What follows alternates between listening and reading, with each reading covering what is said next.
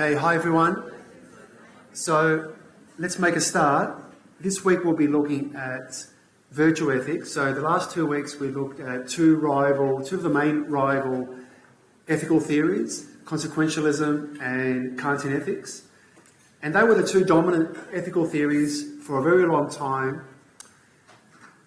Even though they have a very different outlook, they were the ones that philosophers tended to concentrate on. But over the last few decades, a new player has emerged on the scene. And in fact, this new player, virtue ethics, has become very popular. In fact, you could argue that it's even now rivaling in popularity those other two ethical theories we looked at last week. And you can understand why virtue ethics has become that so popular, partly due to the flaws and deficiencies of the two theories we looked at over the last 2 weeks.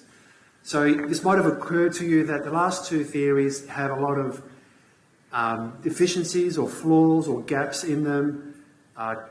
Kantian ethics focuses exclusively on things like reason and rules, consequentialism on results and outcomes, whereas virtue ethics takes, you could say, a more well-rounded, holistic approach. It looks at the person as a whole and asks, what kind of life do you want to lead? What kind of person or character do you want to have? The word character is very important, moral character. In Greek, the word character, or the word comes from a Greek word, meaning to engrave or stamp upon something. So your character shows your true colours, who you really are.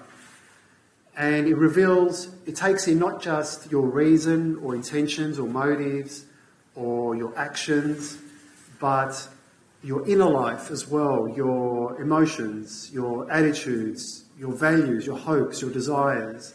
All that is revealed through your character and through the virtues you display. So virtues are a central part of this idea. So to give you some idea of what virtue ethics is like in contrast to these other two theories, I thought we'd start off with two cases. The first case here, we have someone called Steve who hears that 100,000 people are starving in Ethiopia. He feels deep sorrow about this and sends $100 of his hard-earned money to a famine relief project in that country. Then compare Steve to Christine, who hears the same news and also sends $100 of her hard-earned money to the famine relief project. But she does so not because of any feelings of compassion, but simply out of a sense of duty. So the question here is, who, if anyone, is more moral of these two? What do you think? Steve or Christine? Who would go for Steve here? Is acting more morally, okay? Christine? Who would go for Christine? Okay, good. Well, keep that in mind. Let's just hold on to that. Let's look at another case. Jack and Jill each have an opportunity to embezzle $100,000 from the bank in which they work. Jill never even considers embezzling. The possibility is not an option for her. Jack wrestles violently with the temptation, almost succumbs to it, but through a grand effort of will, finally succeeds in resisting the temptation. So again, who is the more moral of the two? Who would say Jill is more moral here? Okay, so quite a few of you. And Jack, who would say Jack is more moral? Okay, that's interesting. So a bit divided there.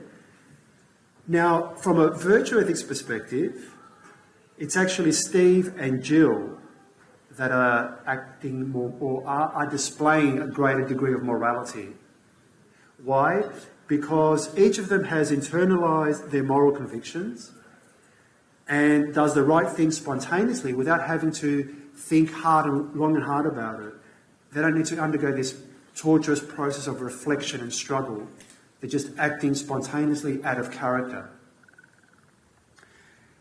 So both Steve and Jill can be regarded as having special moral qualities that we call virtues, which we can just very roughly define as trained behavioural dispositions that result in habitual acts of moral goodness. But we'll look at the concept of virtue more closely very shortly. So virtue ethics is very different from the two other theories we've looked at. The focus in virtue ethics is not on action, but on character. And the emphasis is on the virtues, or our moral character, in contrast with approaches that emphasise duties or rules, as in deontology, or those which emphasise the consequences of actions, as in consequentialism. And the central question of most ethical theories, the question of what should I do is typical of the two theories we've looked at, but not of virtue ethics. So the primary task in a lot of moral philosophy is to define the nature of our moral duty or to define some central fundamental moral principle. And once you've got an answer to the question, what should I do, then you can go on to ask, what sort of person should I be? Namely, the sort of person who will do my duty as reliably as possible. And that's the kind of approach that a lot of modern moral philosophy takes, including utilitarianism and Kantian theory. But the central question of virtue ethics is, what sort of person should I be? It's a very different starting point. So rather than begin with the theory of moral duty, here you start with a picture of the good life and the good person and define our duty by reference to these ideals.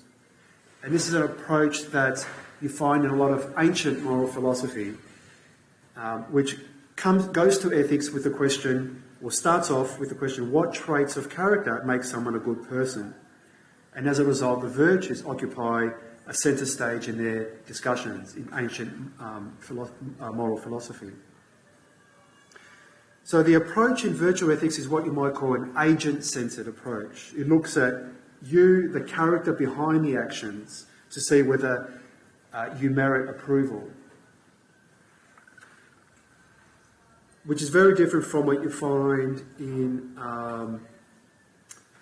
the two previous theories we've looked at. One way to contrast these two sets of approaches is to differentiate virtue-based theory from action-based theory.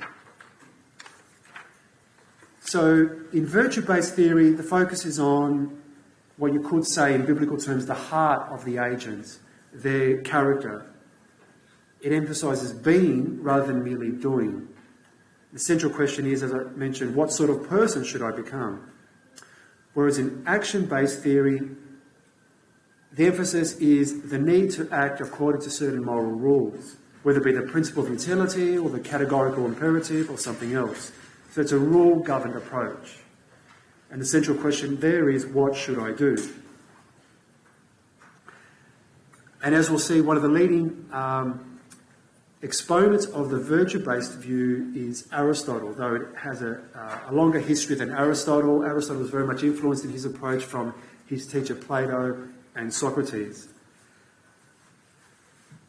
And what is interesting, if not remarkable, about Aristotle's approach is that in his work in ethics, he has very little to say about rules or principles. He hardly mentions them. It's not that he thought that they were unnecessary. They are implied in a lot of what he has to say. But instead of emphasising rules or principles, he puts the importance on things like a good upbringing, good habits, self-control, courage, character, those kind of things without which the ethical life would be impossible.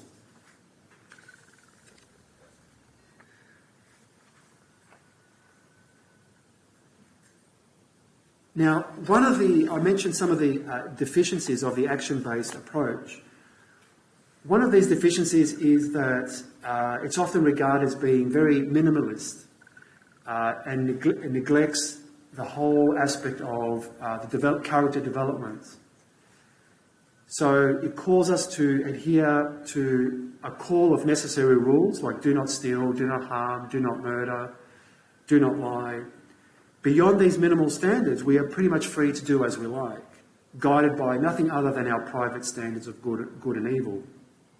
Whereas on the virtue ethics approach, there is a duty of moral development and growth. This need not mean that you have to aspire to be a saint or a hero, but it does require the development of certain moral sensibilities and abilities. So the idea of moral learning, moral education, which never stops. Also, it's thought that the action-based approach overemphasises autonomy and neglects community, the social aspect of life. So you'll see a lot of the virtues that virtue ethicists value are social in nature, things like loyalty, caring for family and friends. They have a very important emphasis placed on relationships, the social dimension. And it's one very important book on virtue ethics by a modern philosopher called Alasdair MacIntyre, entitled After Virtue. It was very influential, published in the early 80s, emphasised this social aspect of virtue-based theories. And he argued that the action-based, rule-governed approaches neglected this. They were very much a symptom of the individualistic Enlightenment, which exaggerated the principle of autonomy, which you find central to Kant's approach. Whereas MacIntyre argued that moral codes traditionally are rooted in practices that are themselves rooted in communities. So the communal social aspect can't be overlooked or shouldn't be overlooked.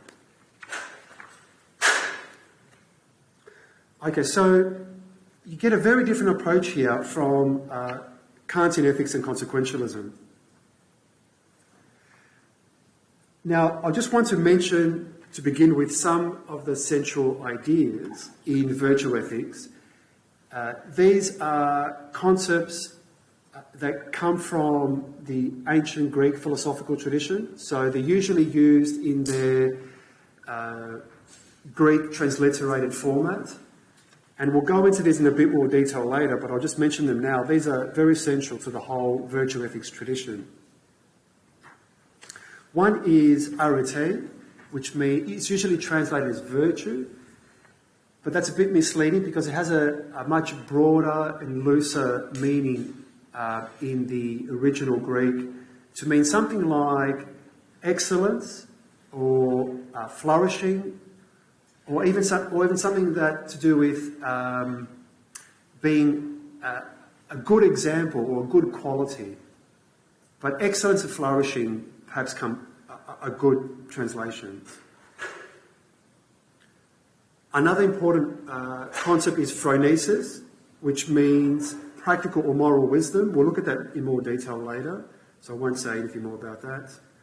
Another very important idea is eudaimonia,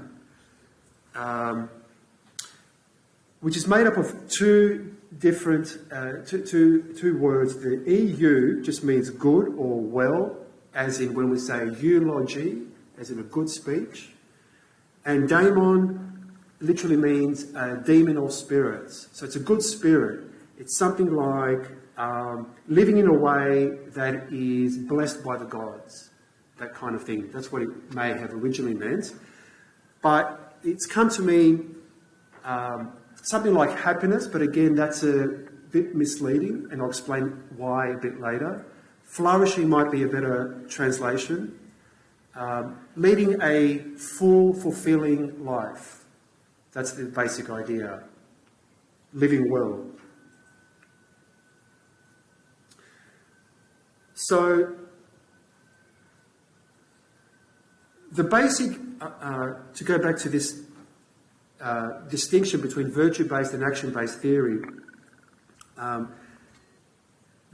of the reason why many have turned to virtue ethics now is that it was thought that the kind of views that Kant and the consequentialists put forward were just too narrow, technical, bloodless, cold, maybe even insensitive to the many kinds and degrees of value expressed in human actions.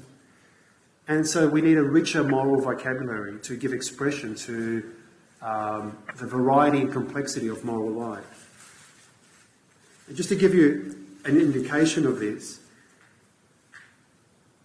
there is a subtle but important difference, or there are subtle but important differences between actions that are good because they are kind, actions that are good because they are generous or because they are just, and actions that are bad because they are selfish or because they are unfair or because they are cruel.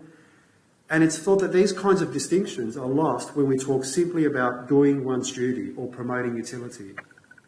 Questions of moral character and motive are overlooked.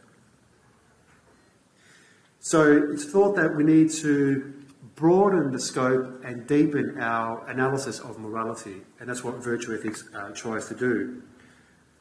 One of the ways in which it also differs from Kantian and consequentialist approaches is that virtue ethics tends to be, especially the way it gets expressed in someone like Aristotle in ancient Greek philosophy, it tends to presuppose what's called a teleological view of the universe. And this is partly why it fell out of favour in the modern period.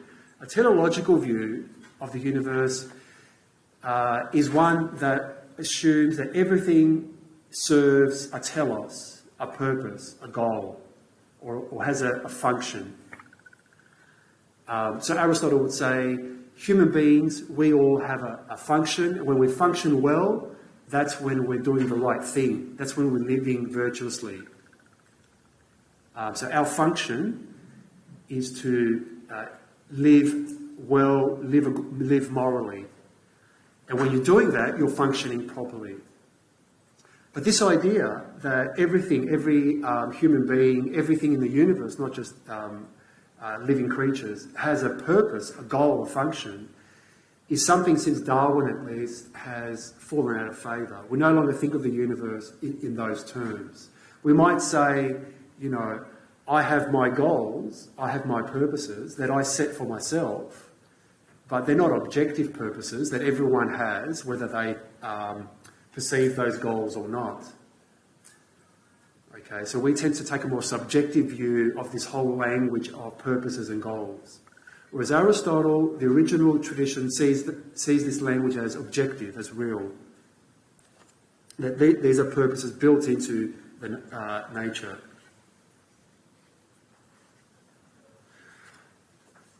Okay, so I'll say something about the early history of virtue ethics. It's a very long tradition that I think it's usually thought that one of the first proponents of virtue ethics was Confucius, in China's famous teacher and philosopher around the 6th, 5th century BCE. In the West, this way of thinking was the dominant form of ethics in the ancient world. You find both Socrates and his pupil Plato and Plato's pupil Aristotle all offering a version of virtue ethics. And that tradition was continued after them. And all three, Socrates, Plato, Aristotle, thought that the central question in ethics is how should we live? Aristotle developed this idea in his book, The Nicomachean Ethics, and we'll look at that shortly. The word Nicomachean comes from Aristotle's son, who was called Nicomachus, and his son was the one who edited the book. That's where it got its name. And in the ancient tradition, there is a commitment to what's called, eudaimonism, which is the view that no character trait can count as a virtue unless it serves the interest and promotes the well-being of the virtuous individual. Okay, so virtues always promote the interests of the virtuous individual. Most contemporary versions of virtue ethics don't accept that. They think that's a bit too... that doesn't give enough regard to care for others, to other regarding virtues. So there's... when Aristotle says, you know, the good life is, the best life you can lead is one that is fulfilling for you, that can sound a bit selfish or self-interested. If you're not, sometimes you have to forego your own interests, your own sense of fulfillment and happiness to care for others. So that idea stands in conflict with the ancient tradition of virtue ethics, but modern versions try to take that into account. In the ancient tradition, there are 4 cardinal or main virtues. This list of 4 virtues goes back to Plato's book, The Republic, where he talks about temperance, that is moderation or self-restraint, justice, courage, and wisdom. or more specifically, practical wisdom, and I'll explain that a bit later. And in the Middle Ages, Christian philosophers added 3 theological virtues: faith, hope, and love. And as I mentioned, this approach was very influential in the ancient and medieval worlds. In the modern period, it fell out of favour, but recently there's been a great revival, partly as a backlash against Kantianism and consequentialism.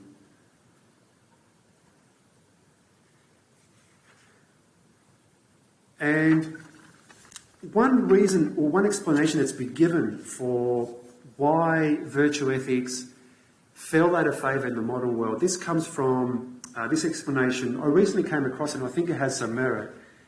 It was put forward by a contemporary philosopher called Linda Zabzetsky, who teaches at the University of Oklahoma, and she develops her own version of virtue ethics. And she points out that what you have in the ancient world is an idea that the virtues are attached to a certain view of human well-being, and human well-being is attached to a certain view of human nature, and what we think of human nature is attached to what we think about nature as a whole. As I mentioned earlier, in the ancient world, there was a teleological view of the natural world. And so what you get is everything we think about value and virtue depends upon our understanding of nature. And because that teleological conception of nature has fallen out of favour in the modern world, the whole system of virtue ethics that it supported fell out of favour as well. So in the modern period, from the scientific revolution of the 17th century, the prevailing view of nature has changed dramatically. And what you also get is people start to disagree about moral issues, about what would constitute the good life. A lot of disagreement starts to seep in. We no longer have these traditional, conservative, homogeneous communities as was prevalent in the ancient world.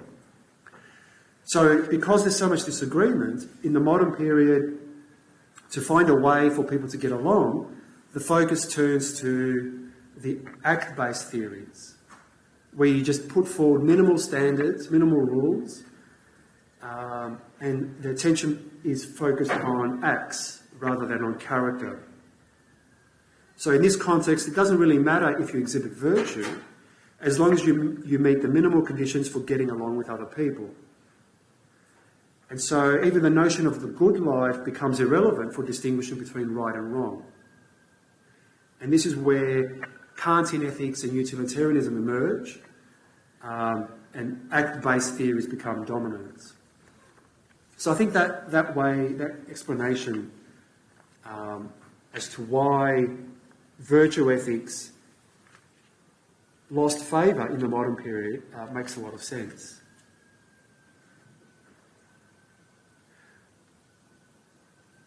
Okay, I'll leave that for now. So let's turn now to Aristotle and his version of virtue ethics.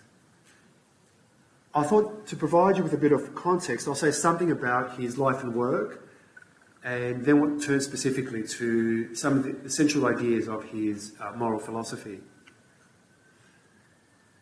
Aristotle is widely regarded as one of the greats in philosophy. One recent philosopher even stated about Aristotle that it is doubtful whether any human being has ever known as much as he did. His works lie at the foundation of almost every branch of Western philosophy and science. He's made a huge contribution to a number of diverse fields. And his influence in philosophy is unparalleled. Maybe Plato comes close. He was Plato's star pupil, but he went on to develop a very different philosophical outlook from Plato. And he wrote a great deal, including dialogues like Plato. But if you ever read Plato and then turn to Aristotle, you'll see the writing style is completely different. Plato has these vibrant, engaging dialogues. Aristotle's writings are dry, very academic, full of close argumentation, rigorous analysis, very scientific in spirit. But the comparison is a bit unfair because a large portion of Aristotle's writings have not survived, and he also wrote dialogues, and those people in the ancient world who were familiar with his dialogues have said that he was even a better stylist than Plato. But what's come down to us from Aristotle are pretty much lecture notes, draft material, student notes.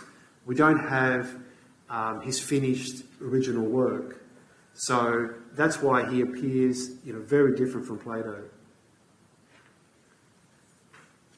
So as I said, he made contributions to various fields: logic, empirical studies of nature, metaphysics, politics, and ethics.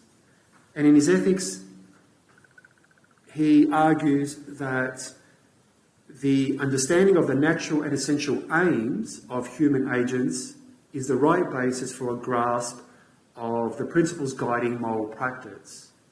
So we need to get clear about the natural and essential aims of human beings.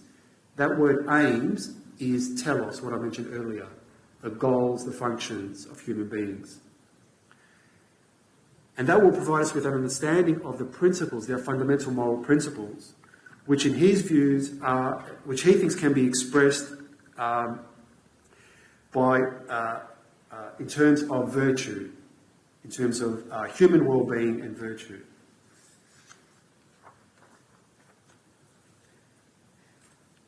A bit about his life, and then we'll turn to his Nicomachean Ethics. He was born in 384 BCE in a small city in the Macedonian area of northern Greece. He was born into a wealthy family. His father was a doctor to the king. This is important for our purposes today because it shows that from a very young age, Aristotle became interested in these empirical, scientific, and especially biological matters. Biology plays a very important role in his moral philosophy. At 17 years of age, he goes to Athens and studies in Plato's academy, which was the preeminent place of learning in the Greek world. He stays there for about 20 years. As I said earlier, he was Plato's star student. He teaches there himself for a time. After Plato's death, he leaves Athens and travels a bit around the Aegean, lives in small towns on the Aegean, and he starts to do empirical research, especially in marine biology. So he's very empirical focused, unlike Plato, who was more speculative, metaphysical. In 343, he's called by Philip II, the king of Macedon, to go back to his home region. He goes to the Macedonian capital, Pella, and he tutors the king's. He's called back to tutor the king's 13-year-old son. Does anyone know who the son is? Yes? Alexander, yes, who was to become Alexander the Great. So Aristotle was Alexander's tutor. Not much is known about the relationship of how much influence Aristotle had on Alexander. I presume he had very little, given the kind of person Alexander turned out to be. But anyway, later Aristotle goes back to Athens and starts his own school, and this is the most fruitful period of his life. His school becomes known as the Lyceum. In Europe and places like France, they even speak of the secondary schools as Lycea, the secondary school after Aristotle's school. And he sets up the school on the opposite side of the city from Plato's academy. And for the next 13 years, he's there teaching and researching into a wide range of subjects. And after 13 years there, he's forced to leave. There's an outbreak of anti-Macedonian feeling in the city. This is in 323 after Alexander's death. And because of Aristotle's connection with the Macedon royal court, He faces a lot of hostility, even an absurd charge of impiety is brought against him, and he basically flees for his life and leaves Athens. And as he's leaving, he says, I'm leaving Athens because I don't want the Athenians to sin twice against philosophy. What was the first sin against philosophy? Peter? Putting Socrates to death. That's right, yeah. So he thought, to avoid that from happening again, I will just leave. And he died the very next year. Okay, so let's look at the Nicomachean Ethics.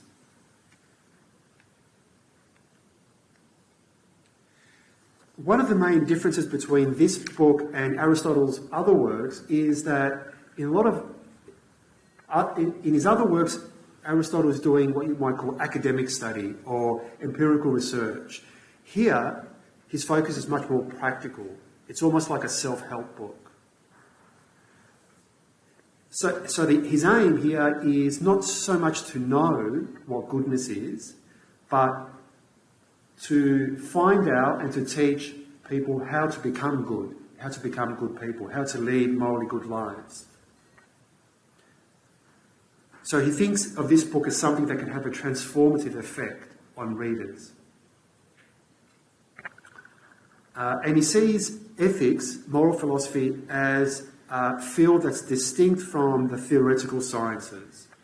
We study ethics in his view in order to improve our lives, and so its principal concern is the nature of human well-being. Now, he's following Socrates and Plato in thinking that the virtues should take a central place in the whole idea of a well-lived life, but he rejects the more rationalistic approach that Plato takes, where Plato thinks that you've got to have this theoretical training in the sciences and in philosophy before you can do moral philosophy. Aristotle thinks instead that moral philosophy is its own field, it's autonomous. You don't need to have studied the sciences or have any kind of specialised knowledge of the natural world in order to do moral philosophy. So the aim here for Aristotle is to understand what goodness is, but that's the short-term aim. The long-term ultimate aim is to learn to become a better person, essentially. And that's why we want to understand what goodness is. So if the goal, what is Aristotle's answer to what makes a person a morally good person, or what constitutes the good life? He says that it's obvious that most people want to lead good lives, but what is the best life for a person to lead? How should one live?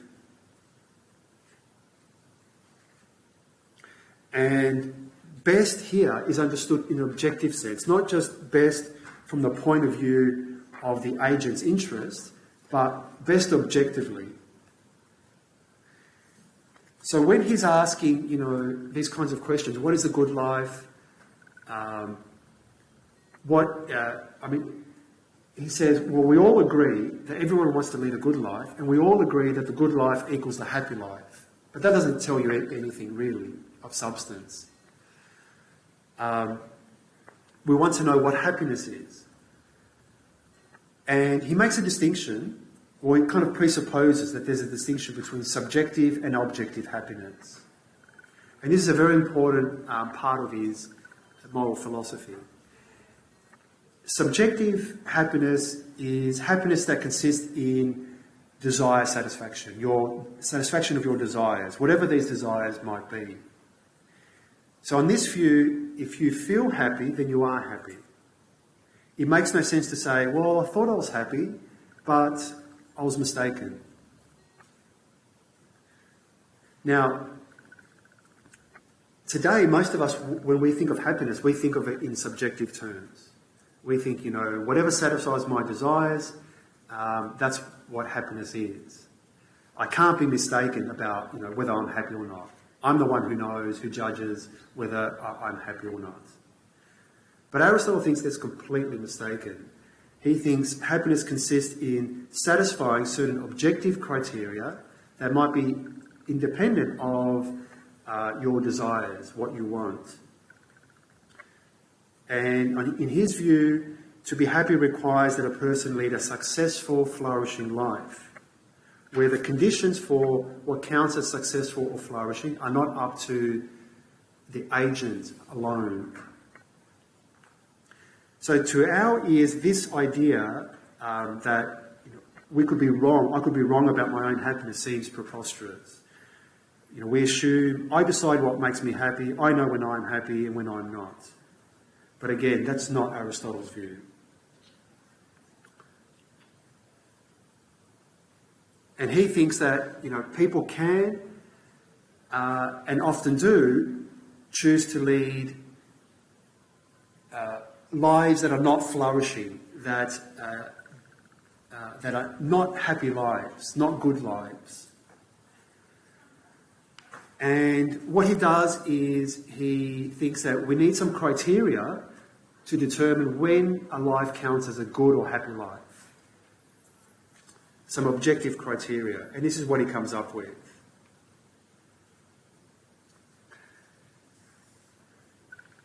Now, these are criteria for determining what he calls the final good for a human being. The final good is the telos that I mentioned before. It's if you fulfill your final good, then you've achieved a good, happy life.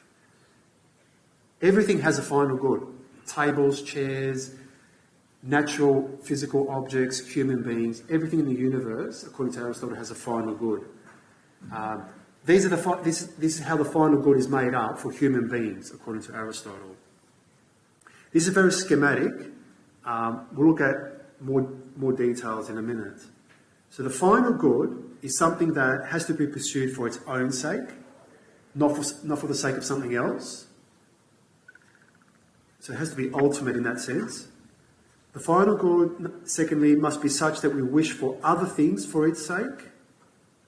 Okay, so you might desire one thing for the sake of achieving that final good. 3, it must be such that we do not wish for it on account of other things. So the first and third conditions are quite different. To give you an example, let's say I pursue health both for its own sake, because it's an intrinsic good, and also on behalf of something more final than it, maybe because it's regarded as a necessary component of a happy life. So then I want health both for its own sake, that would meet condition 1, and for the sake of happiness. In that case, it would satisfy condition 1, but not condition 3. Because condition 3 is you're pursuing this good, in this case health, but not for the sake of something else, not on account of other things. So health wouldn't count as a final good, a final end on this scheme. 4, it must be complete. The Greek word is teleon, meaning perfect in some sense, in the sense that it is always choice-worthy and always chosen for itself. So the emphasis here is on always. There is nothing, no circumstances can change its status as a final end. It's impervious to contingencies. And finally, it is autarkes, meaning self-sufficient. Its presence alone suffices to make a life lacking in nothing, which is a very demanding criterion. So anything that meets these 5 conditions counts as a final good, and when you meet that final good, when you fulfill it, you have a good life. So what satisfies all these conditions? In one word, eudaimonia, which is a key concept in ancient Greek moral philosophy and central to Aristotle's virtue ethics. There's as I mentioned earlier, there's a bit of debate as to how exactly to translate and understand this term. It's usually translated as flourishing, But the problem with flourishing is that animals and even plants can flourish, but eudaimonia is possible only for rational beings, according to Aristotle. And it's also often translated as happiness. But the trouble with happiness, as I already indicated, is that we often think of happiness in subjective terms, whereas Aristotle thinks of happiness in more objective terms. So he thinks of happiness as having this kind of moralized or value-laden character, where we often speak of true happiness, real happiness, genuine, authentic happiness. That's the kind of happiness he's after. Now, that's still very vague and schematic, and there's a lot of disagreement, Aristotle admits, still a lot of disagreement as to how you can achieve happiness in this sense. People disagree about what you need to do to achieve happiness in this sense.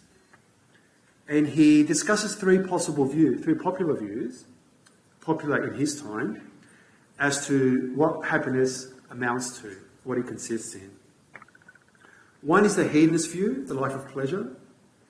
But Aristotle says a life which aims at pleasure, regardless of the source from which it comes, is worthy only of non-human animals, not us. But he does concede that pleasure has a part to play. He doesn't rule it out completely. He thinks a happy life has to include pleasure, and so he rejects those who argue that pleasure is by nature bad. But he just thinks it's not enough on its own. Another possibility is the political life, a life which aims at honour. Think of someone like Alexander the Great. He pursued that kind of ideal. In our time, we might think of celebrity culture, aspire to fame. Aristotle argues that this doesn't really cut it because things like honour or fame, they're not good, intrinsically good. They're not good in and of themselves. And they're also fragile. You can easily lose them depending on the whims and fashions of the day. Whereas remember, the final good is something that's impervious to contingencies. It's something that, can never be removed, taken away from you. So Aristotle says what counts is why we are honoured, not that we are honoured. So honour is neither complete nor self-sufficient. So honour doesn't count as the life of honour. The political life doesn't make the grade. Neither does, obviously, the life of money-making. That can't be regarded as an end in itself. So Aristotle proposes the following view, that the good or happy life is the life of virtue. And now we're at the heart of this virtue ethics. That happiness for him is an activity of the rational soul conducted in accordance with virtue, in that broad sense of virtue as excellence. So, in short, it's an activity, the ultimate human good, eudaimonia, is an activity of soul in accordance with virtue.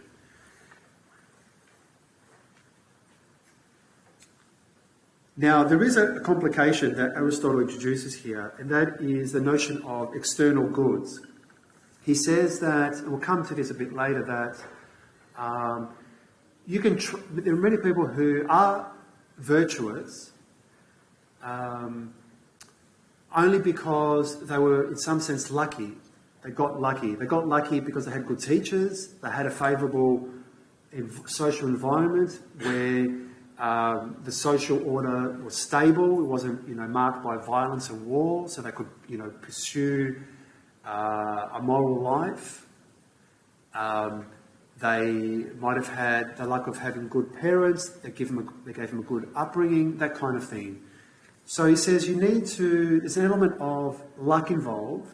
You need these kind of external goods for a certain period of time, as well as developing the internal goods of inner virtue in order to achieve the happy life.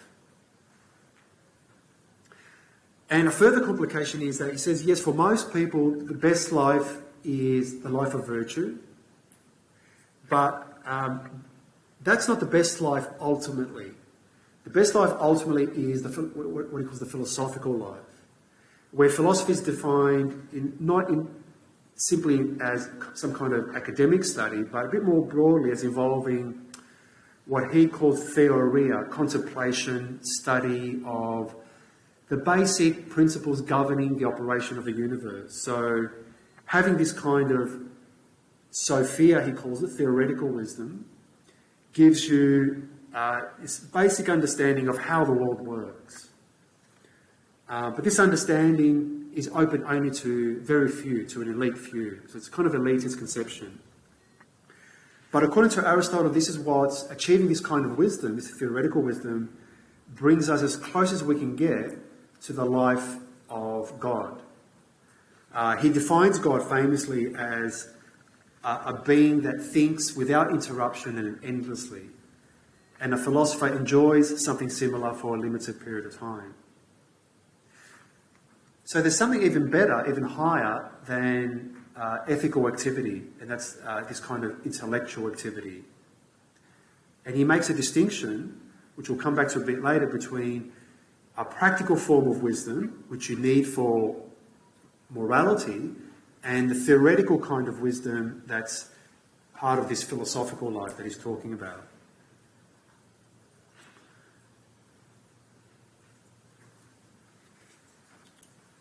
Okay, so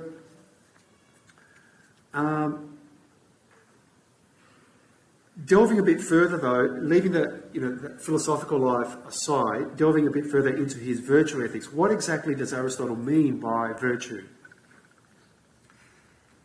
It's very closely connected to ideas regarding habits and disposition.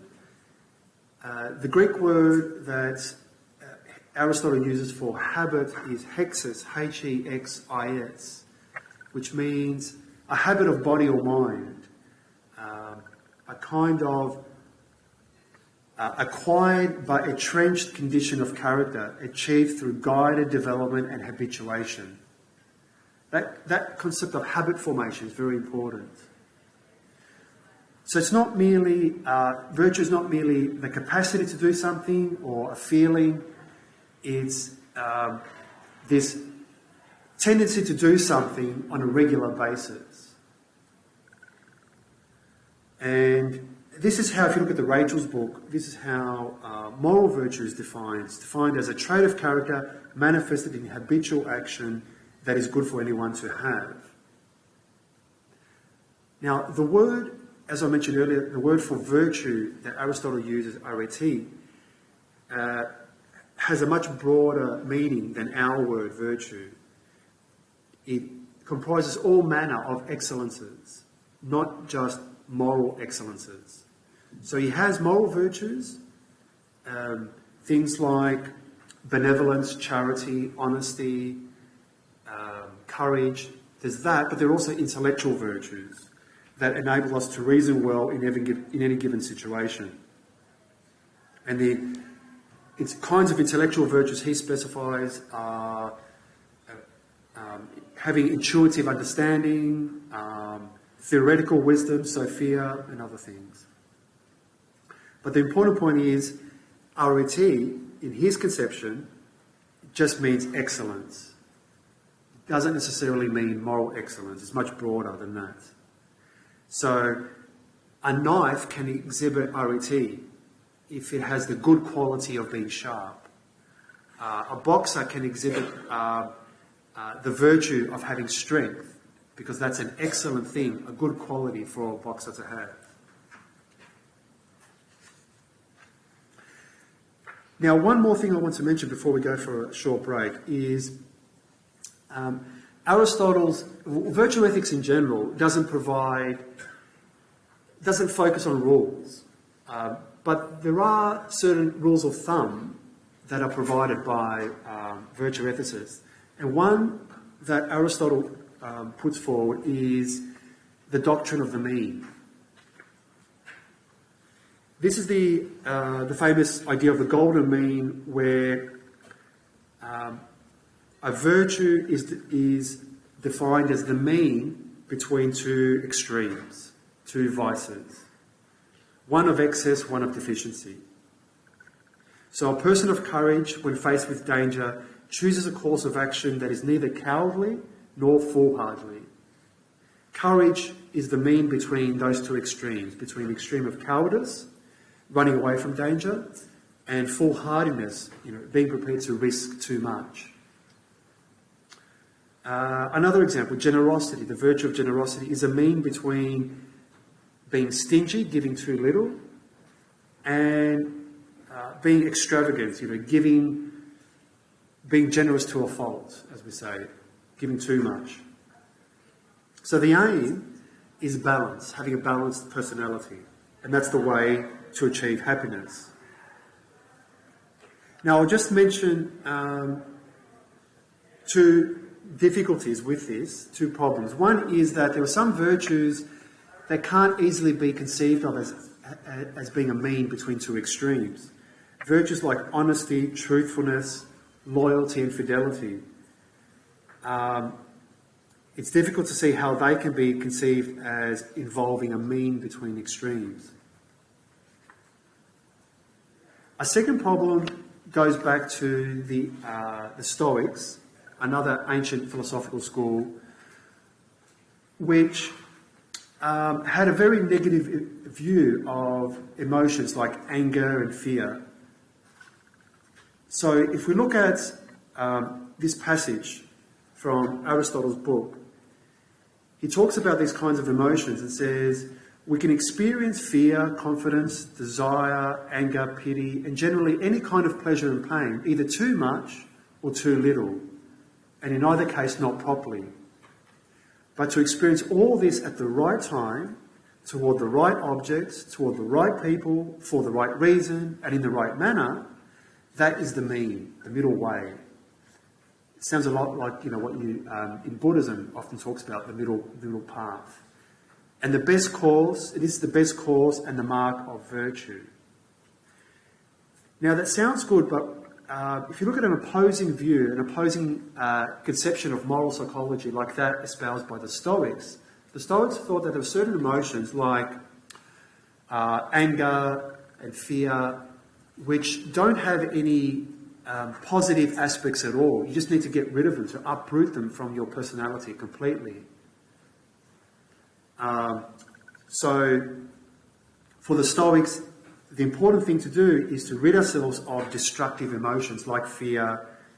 They also talk about envy, passionate love, and that is how, for them, you achieve the ideal of what they call apatheia, meaning a kind of freedom from passion, freedom from inner turmoil, inner anxiety, and that gives you a sense of tranquility and calmness. So it's a very negative view of emotion, whereas Aristotle's assuming that what you need to do is not get rid of the emotions, but just, in a sense, sublimate them, moderate them.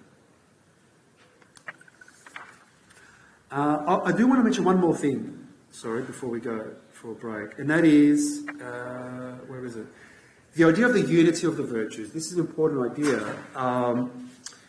It's a common idea in ancient Greek thought. Socrates thought that to lead a good life, all you need to do is know the right thing, what the right thing to do is. If you know what the right thing to do is, that will guarantee you a good life. So knowledge is sufficient for virtue. And all the virtues, for Socrates, really amount to the same thing, knowledge of the good. So whenever someone does something bad, that is a sign of ignorance, according to Socrates. That seems mistaken, because surely we have this common experience that it's possible to know what the right thing is and yet do the wrong thing. But Socrates denies that. He says if you know what the right thing is, you will always do it. In any case, Aristotle is influenced by Socrates in this respect, and he has a similar view, which he calls the reciprocity of virtue. This is the idea that if you possess one virtue, I'll put it differently, you can't possess one virtue unless you possess them all. It's all or nothing. It's a package deal. Okay, and there can't be, that presupposes that there can't be conflict amongst the virtues. You can't just possess one and not the other. If you possess one properly, fully, then you're going to have the whole lot as well at the same time. All right, let's stop there for a few minutes and then we'll come back.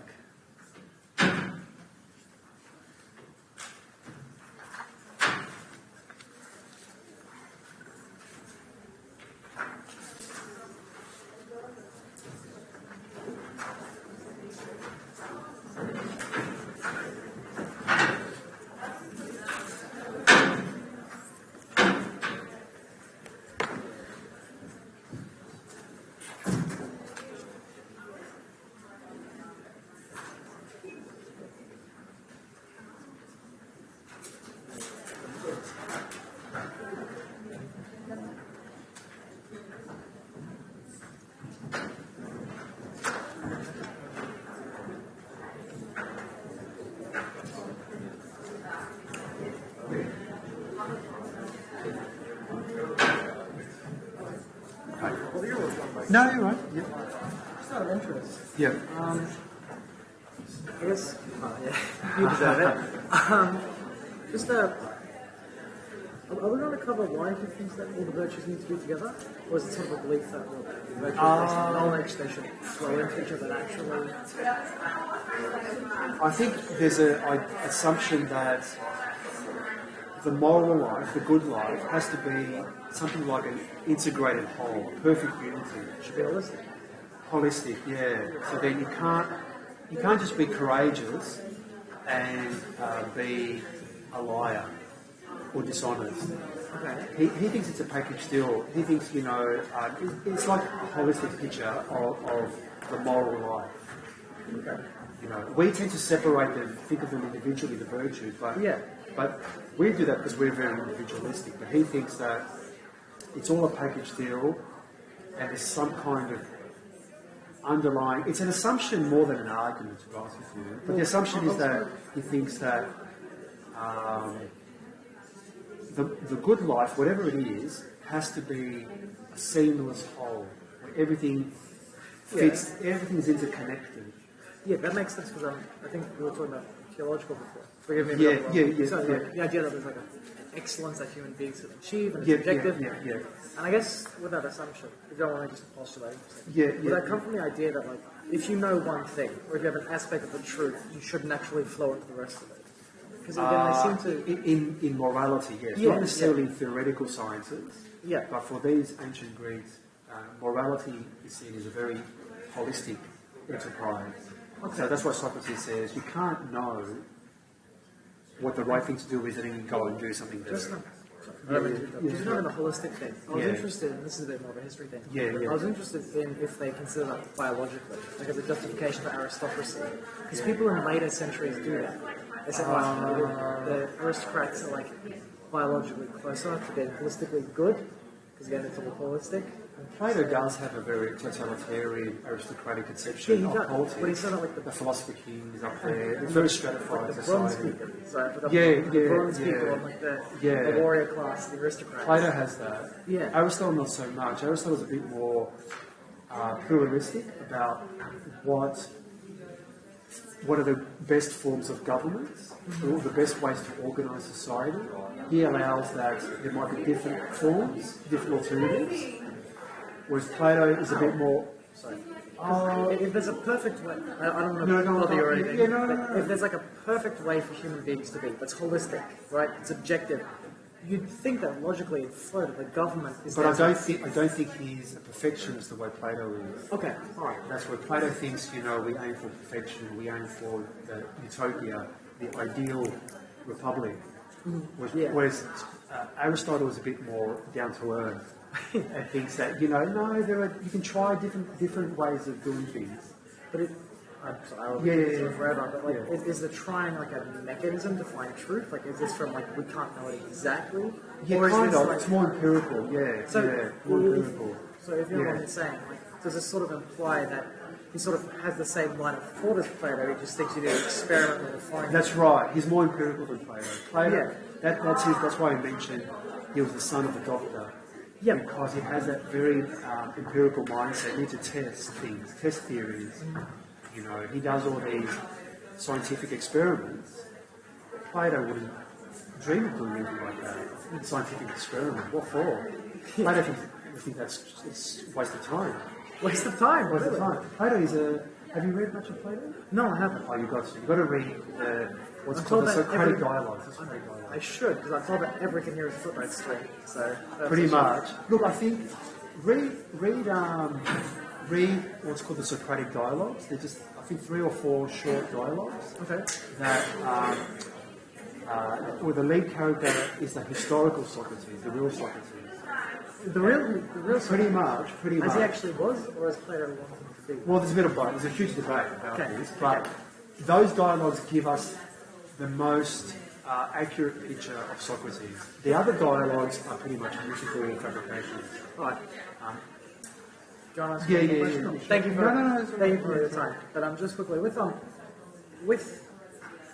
like to ask like 2 questions in one. Like, number one, sort of like, how does the sort of, I mean, this is my historical perception, so I might be wrong here, like sort of ancient Greek warrior culture factor. There's like a sort of, you know, the excellence culture, we'll call it. We've got to have competitions for the artists and stuff.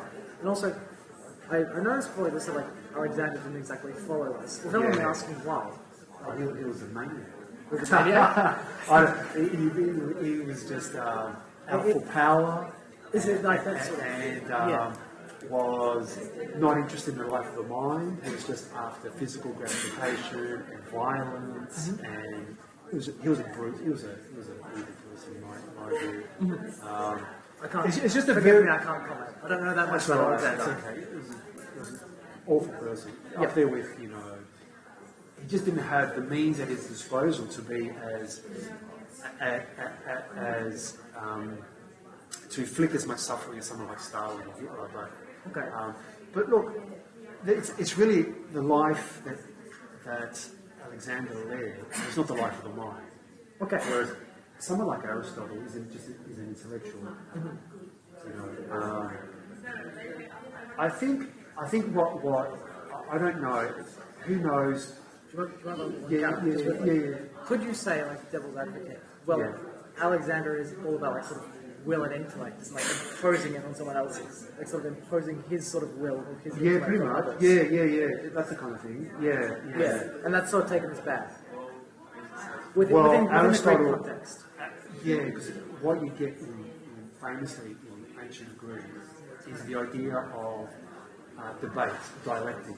Yes. Not imposing your views, but listening to the arguments of your opponent and entering into a debate discussion with them. That becomes the basis for democracy. So what you get in Alexander is the old, autocratic, tyrannical ideal of, it's my way or the highway. That's very far removed from what someone like Socrates and Plato and Aristotle thought. For them, it's about, sitting down with someone and working out, we're trying to find the truth together. Whereas there's no sort of, I don't mean to forgive me if I'm being rude. And there's no sort of out-group, in-group distinction with that. So in actual ancient Greek there is, very elitist. In politics, at least in politics. No, there was. People like Aristotle, ancient Greek society was very, slavery was part of society. Women had no rights. So it was very unequal in all sorts of ways. And they keep making statues of soldiers. And also, there was a very much, those who speak Greek and worship the Greek gods versus the barbarous. The barbarians. So there is that. And the Macedonians had a big deal with it. Sorry. But at least, so there is that in and out dialectic as well. So they were very exclusive. They were very, well, we would say today, they were very, not nationalistic, but I think they had an idea of, they loved their culture. They had a homogenous culture more than they did a nation. The idea of Athens as being a nation. It's a nation state. Nation state. Something like that. That's right. And they all. They all say like, oh well, we're Greek. Like the Macedonians are allowed in the club now because they speak Greek. Like for a long time they were considered barbarians. Yeah, the whole idea of Greek is a modern category. Really? Yeah, back then they weren't really, they spoke Greek, but they defined themselves not just in terms of language and religion.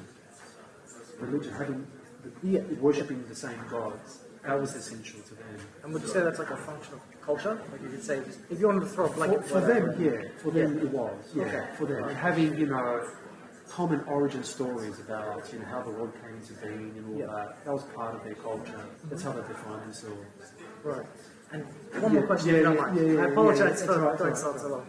Would you say that, and this seems like a running theme, at least in the lectures and stuff, when we talk about origins of philosophers, would you say that's a reflection either of Greece, or of that sort of Greek culture? Forgive me if that's in this, in what the ethics are to Aristotle and to the virtue ethics of the ancient world? Or would you say it's the other way around, maybe? Maybe not the other way around, that's a bit too much. That's a reflection of their culture. It is a reflection of their culture in the sense that there's an element of these virtues that Aristotle highlights, they're very culture specific. So there's certain things that he regards as virtues that we would think, is that a virtue? He mentions a few things like wit is a virtue for him. Wit. Having a certain kind of a very high degree of intelligence is a virtue.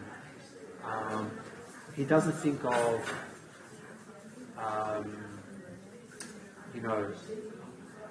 he wouldn't think of donating money to someone in another country that you've never met before as a virtue.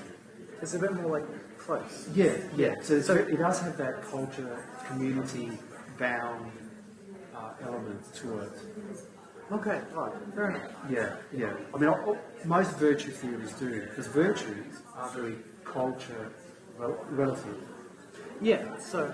Yeah, and that's one criticism that people have made. And if that's true, I'd just be interested in piecing together what an excellent person is for the Greeks. Because again, it seems like they've reflected on a philosopher. Maybe these are Athenians. Maybe the issue is they're all Athenians. A moral person. Moral. Yeah. I mean, what does Spartan say an excellent person is? We know the answer. Or a military hero. Yeah. But someone like, for Aristotle, someone like Socrates would be the moral exemplar. Yeah. Okay. He was regarded as, their hero. Right? Yeah. Is that because they sort of feel a sense of loyalty? Yeah, there was that, but also the honesty and integrity he displayed. He wasn't prepared to lie to just escape the death penalty. Yep. So it's a bit like Christianity. Jesus is seen as a moral exemplar. Yeah, a bit like that. Yep. Okay. All right. Yeah. I better get back to it. Sorry. Yeah. No worries. No, we're good. Thank you for talking. That's all right.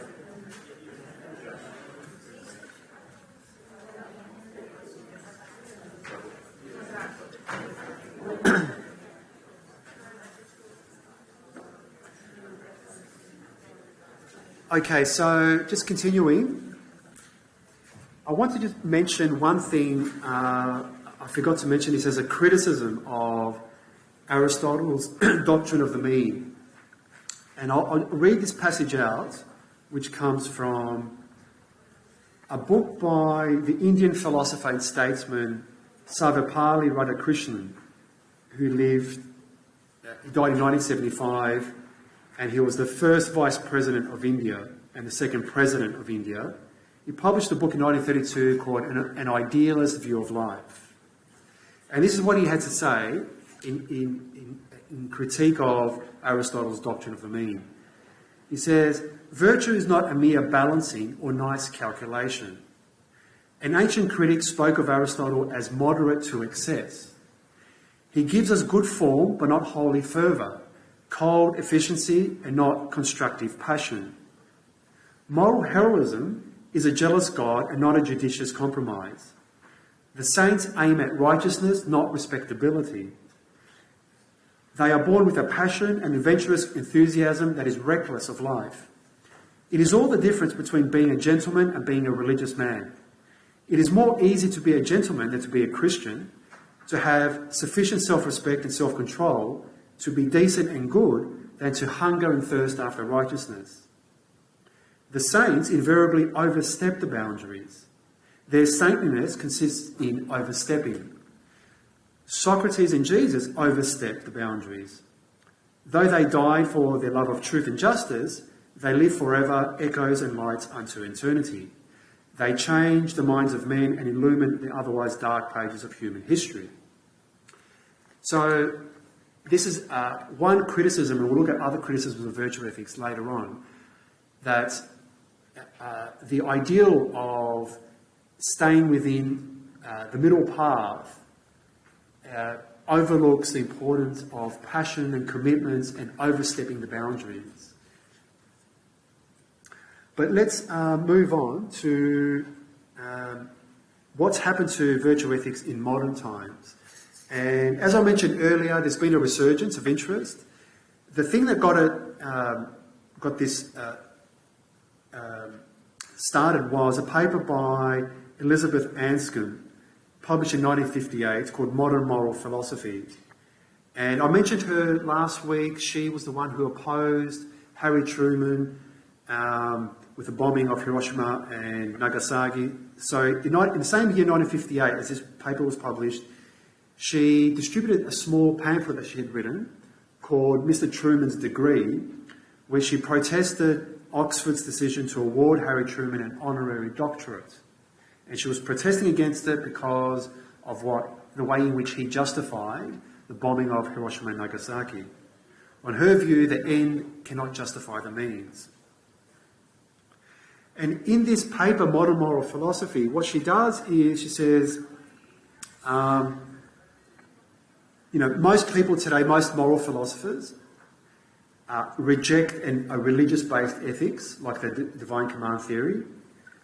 But then the only alternative in moral philosophy is virtue ethics. So that's the way we have to move forward. We have to start developing virtue ethics. The reason why she argued in this way, her reasoning was that secular approaches to morality, like deontology and consequentialism, which don't base morality on religion, those kind of secular approaches, according to her, use concepts which really make no sense without a religious foundation. So she thought concepts like moral obligation, moral duty, they come from a legal Christian tradition, and they only make sense within that tradition. You remove that tradition, the concepts don't make any sense anymore. So she argued that, okay, since people don't want to go back to these religious traditions, the only other alternative is virtue ethics. And since then, this whole field has boomed. There's been a huge amount of interest in virtue ethics, especially for some reason in New Zealand. So two of the leading virtue ethicists today are New Zealand philosophers, Rosalind Hursthouse, who works primarily within an Aristotelian framework, and Christine Swanson, who relies on a variety of other sources like Hume and Nietzsche and others. Okay, so let's look at the theory itself now. Every ethical theory has something like a fundamental moral principle or standard, and this is the standard that virtue ethics proposes. That an act is morally right just because it is one that a virtuous person acting in character would do in that situation, in those circumstances. So right action is understood by reference to what a virtuous person would characteristically do. An action is right not because of its results or because it follows from some hard and fast rule, but because it's done by someone of true virtue.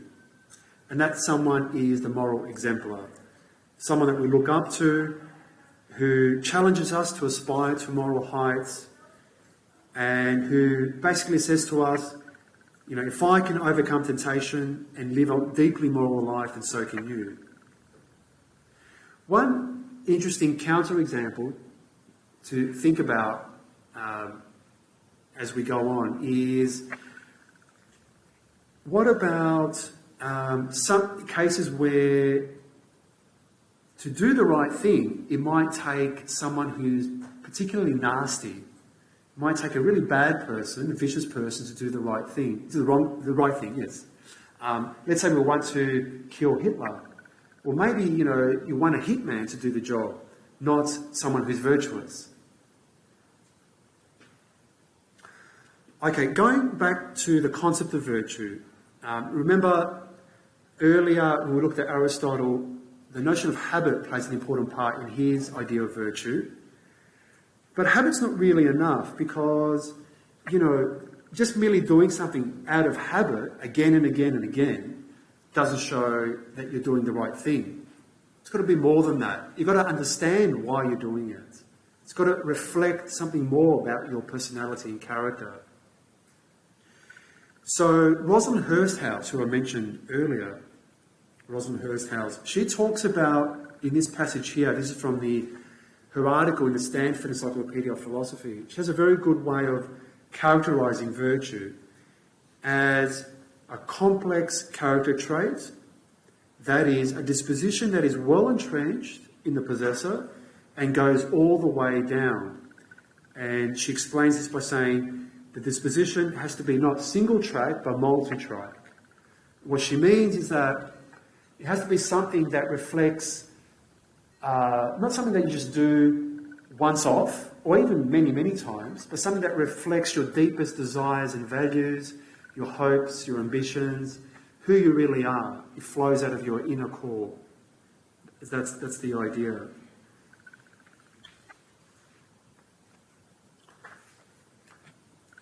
So you could say the virtuous person has a distinctive set of perceptions, thoughts and motives. Take the example of the generous person. They will see the homeless person on the street. They will, they wouldn't just ignore the homeless person. And they will think about how to be helpful. They won't just think about their own needs. And they will be moved by the distress of the other person. And they might take pleasure in freely giving to those in need. So virtue is defined not just by action, but by inner life, your inner life. You think, you see, you believe things differently from other people, from a non-virtuous person. Now, one major problem, probably the most serious problem faced by virtue ethics, has to do with it seems good on the surface, but it doesn't seem to give us real life guidance. And this is the application problem. But to be fair, all ethical theories have this problem. Some have it worse off than others. Some are in a worse position than others. But this seems to be a particularly serious problem for virtue ethics. And the reason for this is that virtue ethics rejects the idea of putting forward any simple formulas or rules for determining how to act. It thinks of, for virtue ethics, morality or moral philosophy is not a science, or hard science at least. It's more like an art, or something like literary or art criticism, which depends on sensitivity, judgment, experience, training, that kind of thing. You need to just merely knowing a bunch of facts is not enough. And so virtue ethics doesn't reject the idea of rules and principles completely. It just says that we can't rely exclusively on those kinds of things. And in fact, if we did, we're likely to get into trouble. So it emphasises, instead of rules, a certain kind of sensitivity, what today is called emotional intelligence. Now, here comes the application problem. That, well, what we want from an ethical theory is some kind of rules and principles which would have the following two features. They would amount to a decision procedure for determining what the right action was in any particular case. And secondly, the rule or the principle would be stated in such terms that even a non-virtuous person would be able to understand and apply. Now the problem is, virtue ethics doesn't have any kind of standard like that. And in fact, virtue ethics says that this whole idea of devising such a standard is nonsensical. It's not how morality works. Morality relies upon, as I said, sensitivity, judgment, imagination, what Aristotle calls phronesis, which we'll come to in a minute. But then the problem is that virtue ethics can't provide much practical guidance. And this is what a normative ethical theory should provide. We want a moral theory to tell us what to do. Imagine I'm trying to decide whether I should go to war, whether I should, sign up to go to war. Being told that I just need to be a virtuous person is not going to really give me a lot of guidance. Now, for someone like Aristotle, what we need to rely upon are not rules but phronesis, which means moral understanding or practical wisdom, which is not a matter of just knowing a heap of facts, reading a lot of books. That's theoretical wisdom, that's Sophia. Phronesis is a matter more of know-how rather than know-how, which requires a certain understanding of facts but goes beyond that. So know-how requires a lot of training, experience, practice, emotional maturity. And life experience is very important, because it's life experience that might alert you to the long-term consequences of taking up a certain way of life. And the capacity to recognise certain features of a situation as morally relevant or as more important than others is another important feature of phronesis. So the practically wise person is someone who understands what is truly worthwhile, truly important, and thereby truly advantageous in life. That person knows how to live well, and for Aristotle, that person has a proper grasp of eudaimonia. And that presupposes, one of the things it presupposes is a certain kind of emotional life or emotional intelligence. Because emotions can help us to see what is morally relevant by tipping us off to what matters in a given situation. Someone with the virtues of compassion, sympathy and kindness will see things that others miss. Our emotions, when they are well trained, reliably alert us to the morally important features of our lives. They can tip us off, they can tell us what is right and wrong. They can motivate us to do the right thing. And this is it's often regarded as one of the advantages of virtue ethics. It gives more of a role, more of a positive role to the emotions, to the role that emotions play in the moral life, as opposed to, say, Kant, who pretty much dismisses the emotions and sees them as dangerous when it comes to deciding what the right thing to do is. In addition to emotions, moral education is also very important. So virtue is not something that we're born with. We have to acquire it over time, with strenuous effort and education. And that means we need the right sort of environment, the right teachers. And again, that's the element of moral luck. And this educational process in morality is a practical one, not a formal or technical one. An analogy with other areas might help here. So think of an apprentice chef. They start off by learning a list of do's and don'ts, but over time they learn the limits of these rules. They learn when to honour them, when to break them. And this knowledge is acquired through trial and error, through the advice of experts, through a deeper understanding of cooking and so on. And something similar happens in the moral field. As children, we follow our parents' rules in a very unquestioning manner. The rules might be crude, hard and fast rules. But over time, as we mature, we gain a deeper understanding of morality. We learn when exceptions are called for, when to start to critically appraise certain rules. And this is a process that happens through experience and guidance. And in both cases, in the case of the apprentice chef and in our own moral education, the end result, the ideal goal, is to achieve a certain kind of autonomy where you learn for yourself what the right and wrong way to go about things is. You don't need to depend on others to tell you what to do.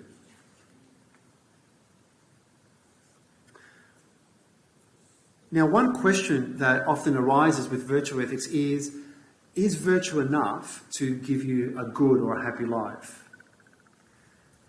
Plato and the Stoics said yes. They said virtue is enough. Virtue will guarantee you a good life. And the philosopher Ludwig Wittgenstein, who I mentioned last week, the 20th century Austrian philosopher, had a similar view. He thought that the person of virtue, of integrity, is someone who, no matter what happens to them, no matter what misfortunes befall them, they cannot be affected. They become invulnerable to fate and circumstances. They experience the feeling of what he calls being absolutely safe, a kind of religious experience. And it's a very Stoic idea too. But Aristotle had a bit more of a measured view. He thought virtue is necessary but not sufficient for a good life. You need also what I mentioned earlier, the external goods, that element of luck. But is virtue even necessary for a good life? What about criminals who get away with their crimes and enjoy a happy retirement? Aristotle's response is to offer this kind of argument, which is called his function argument. We've sort of covered it when we looked at the notion of the final good. But this is his response to this kind of question. He says, firstly, that, again, there's this assumption that there is an ultimate final good for human beings. And our ultimate good cannot be something that is only instrumentally valuable. It has to be something that is good in and of itself. So that would rule out things like money and fame. Our ultimate good must be self-sufficient. So possessing this good is all by itself enough to make your life worthwhile and happy and good. So this would rule out something like political power. Power over others is only important because of what it enables the leader to do. And our ultimate good must involve something that is distinctive about us as human beings. So this would rule out eating and experiencing pleasure, because these are things we share with other animals. So Aristotle is not a hedonist. So what sets us apart from everything else in the world is our rationality. So our ultimate good is the excellent use of our reasoning powers, and that's what virtue. That's what's involved in virtue. The virtuous use of reason is our ultimate good.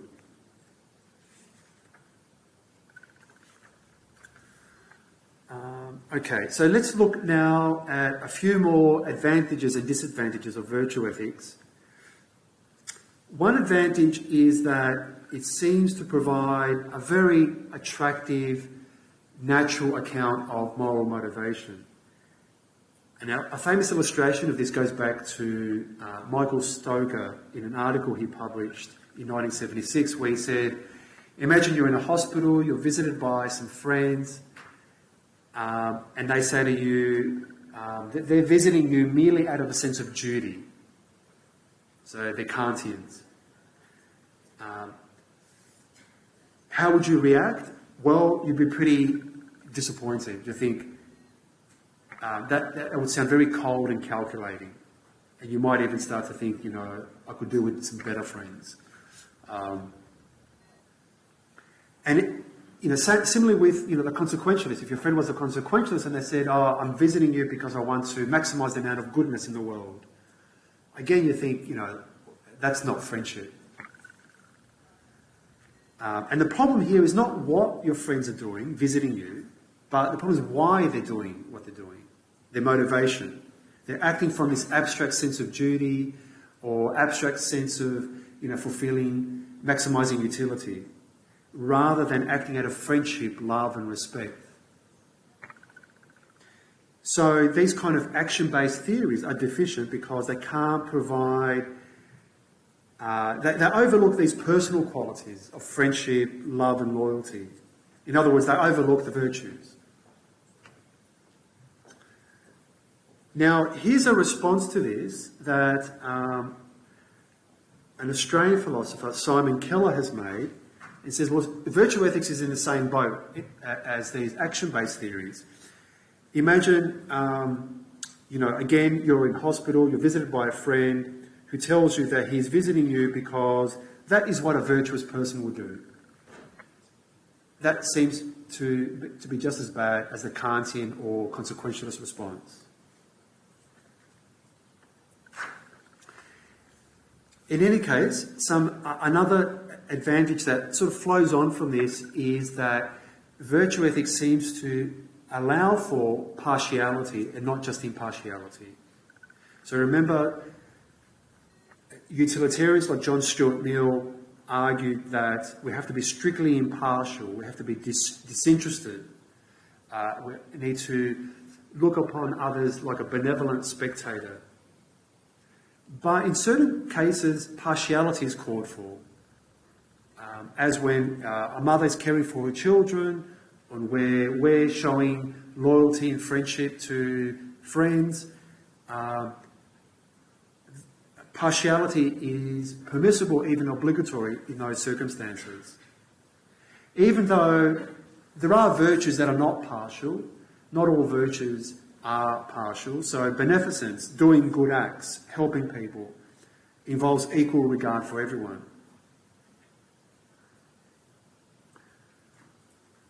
Turning to some further problems with virtue ethics, one problem has to do with tragic dilemmas, or just the whole idea of tragedy in life.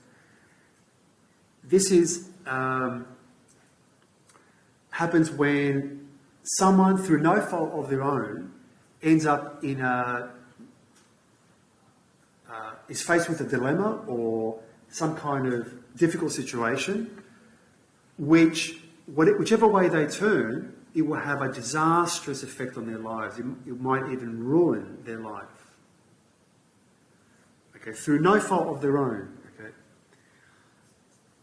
and a famous, very good illustration of this comes from William Styron's novel Sophie's Choice, which was made into a film with Meryl Streep. I'm not sure if anyone's seen it. Meryl Streep is great in that film.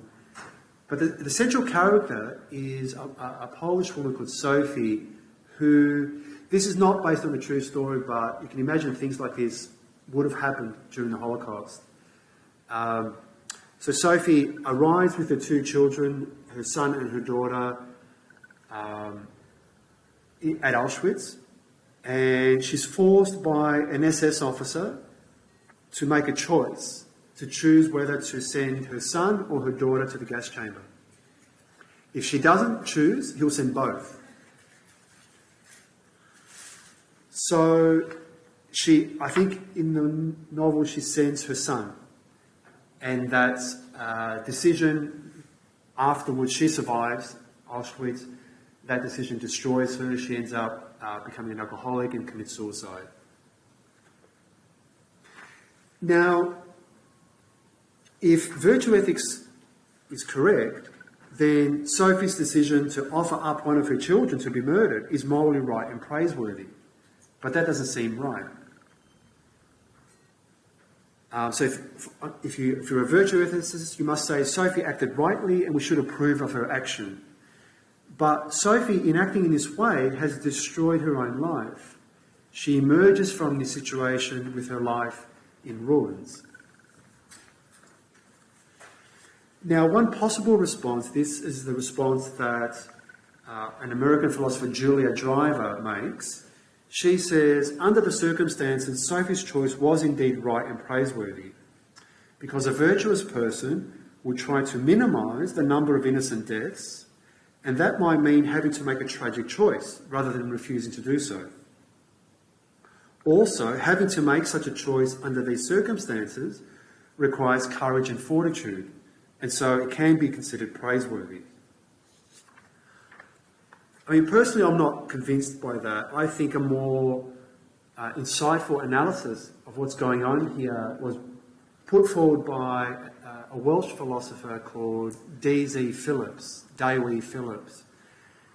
And he has a very good discussion of Sophie's choice. And he says that, you know, of course, no one's condemning Sophie here. No one's condemning her for letting one of her children go to the gas chambers. Rather, the point is that she never thinks of her act of giving up her daughter as something to be excused in the light of the total situation. She doesn't think of herself as blameless. You know, that's why she goes on, becomes an alcoholic and kills herself, because she can't live with the guilt, with the burden of what's happened. So Phillips says Sophie suffers the consequences of her participation in this tragedy. He says her hands are dirty. She can never wash the dirt off. So that's a different way of looking at tragedy compared to virtue ethics. Let's see, how much time have we got? Some further problems. This here, we've already looked at the problem of moral guidance, whether virtue ethics does give us enough guidance in practical life. So I'll just skip that too. Another possible criticism is that it's too demanding. Virtue ethics says that we ought to do what a virtuous person would do in our situation. But what if the virtuous person sets a standard of excellence that is impossible for most of us to reach? Consider the case of Mahatma Gandhi, the famous leader of the Indian nationalist movement against British rule, who practiced and advocated ahimsa, which basically means non-violence, refusing to injure or harm any living being. And he, went to extremes. He went on hunger strikes that nearly killed him. He took part in various protests of civil disobedience, non-cooperation, demonstrations, boycotts. And if anyone, can be thought of as having a virtuous life, it was him. In 1947, India gained independence from Britain, although the very next year, Gandhi was shot down by a young Hindu fanatic. Now, the problem here for virtue ethics is that it is difficult, if not impossible, for most of us to lead that kind of life of virtue. Now, one possible response is to say, well, our reluctance to sacrifice ourselves is no argument against virtue ethics. It just shows how self-indulgent or self-interested we are. But that seems a bit too harsh. A less severe stance, or a less severe reply, might be to say that the test of right action is to ask how a virtuous person in my circumstances would act. And since my circumstances are very different from those of a world-renowned political leader, it doesn't follow, for example, that a hunger strike is something that I should try myself. So maybe that would work.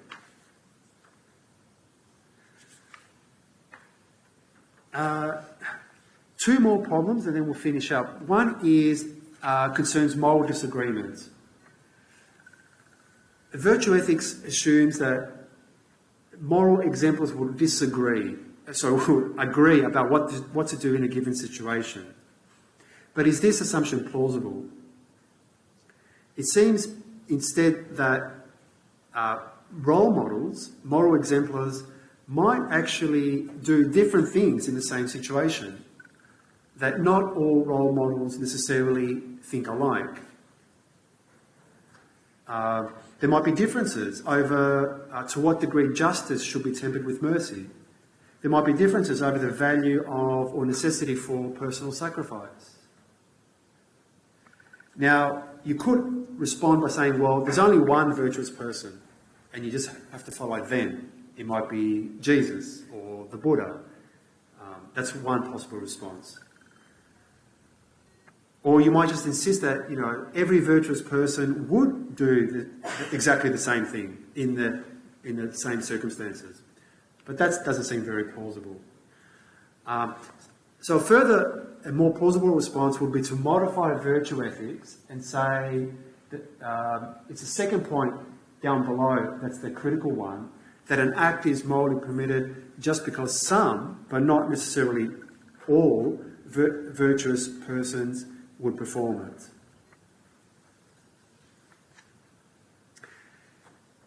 Okay, one last objection to virtue ethics, which has a similar form to the Euthyphro problem that we looked at a few weeks back.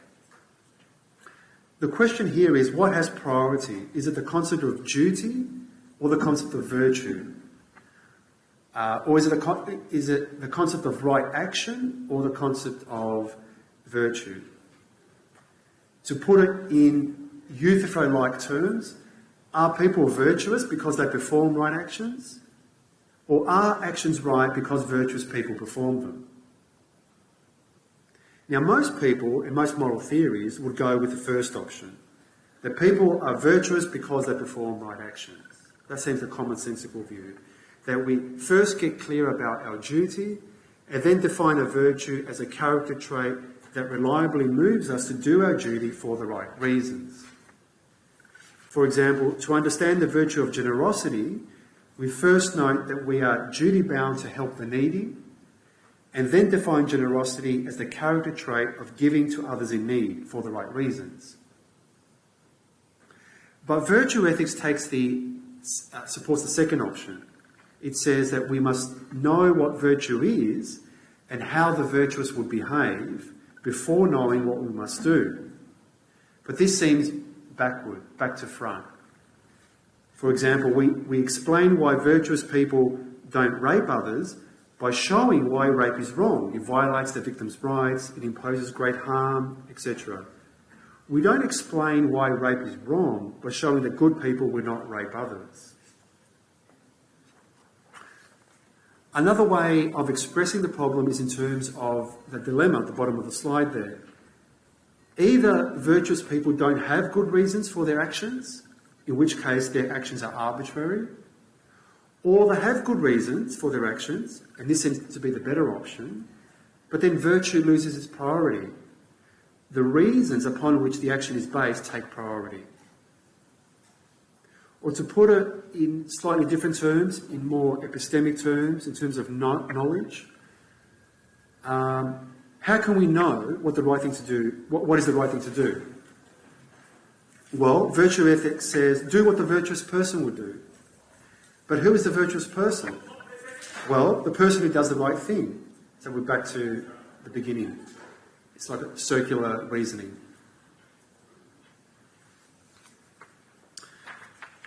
Okay, that's it for today. Any questions? We've got a bit of time. Yes? I was thinking, wondering about this all day, with the Dan Andrews COVID lockdowns, is that virtue ethics or consequential? I'm not sure. What do you think? What do you think was motivating the decision? It was failure, so it ended up being like consequential reason. But what do you think was what kind of reasoning were governments using for imposing lockdowns? Virtue. To save like elderly and the immune suppressed. Right, okay. Anyone else? Yes? Consequential. Yeah.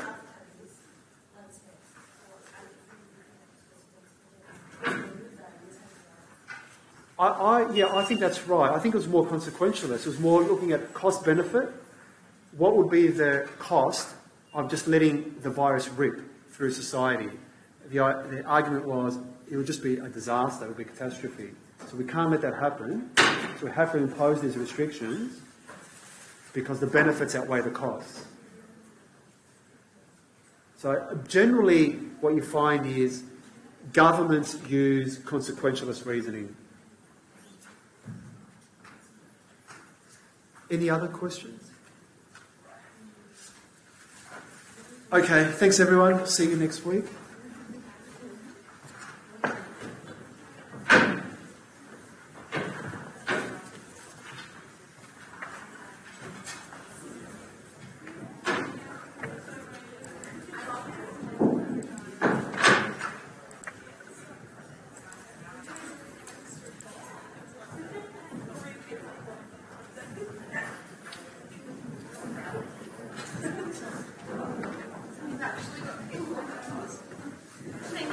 Thank you. See you later.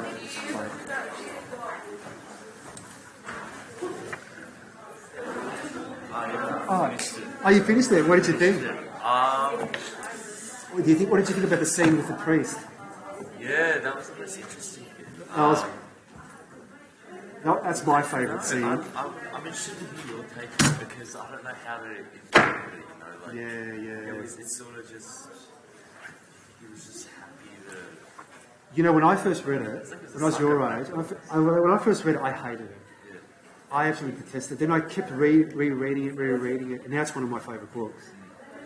I mean, he does come across as psychopathic or, you know, amoral, you know, doesn't have a moral compass. But what he's doing, essentially, is saying, I'm not going to lie anymore. I've had enough of lying. So if you read it carefully, you'll see that in his previous life, he was leading a very kind of conventional life, and he got fed up with it. He said, no more bullshit. I'm going to just be myself, be true to myself, and I don't care what anyone else thinks. And that's why he won't lie to the girl that he dates. He says, you know, I'm not going to tell you I love you. If you want me to say it, I'll say it, but I don't really feel anything. You seem like a bit of a dick. Yeah. Well, he sounds a lot like Camus himself. Oh, okay. Camus was like that, very French. But that's the message, that be true to yourself. That, you know, don't lie. I'm not going to, you know, start. So at the end, I'm not going to start praying to Jesus when, you know, I have no religious faith, and just because now, you know, I'm afraid of death, I'm going to just give up and be someone else and give up who I am. So it's kind of that idea of sticking to your true self. That's really the message. That's why, I guess, regarding his mum and like how he didn't really care. You know what? I don't think that's what it seems like, but I don't think it's that. I think he does care. He just doesn't feel like I don't have to express myself the way society expects me to express myself. Yeah. You know, society expects me to cry. Well, why should I cry? Camus was a mummy's boy. He adored his mother, you know, more than anyone else. So, but he's saying, you know, why should I behave the way society expects me to behave? It's that kind of view. And he belongs to a group of philosophers, the existentialists, who basically said, we're going to live our lives the way we want to. We don't care what society says. And they lived very unconventional lives. They did a lot of, you know, crazy stuff. But they thought, we're going to be true to our ideals, not to what, you know, this conservative society expects of us. That's the basic idea behind it. You know, being authentic. They call it authenticity. But it is a difficult book to accept, you know, because he's done something horrible, and a lot of people have actually criticised Camus for being kind of racist, because the person that's shot is an Arab, and the Arab is never named. He's just an Arab, an impersonal Arab.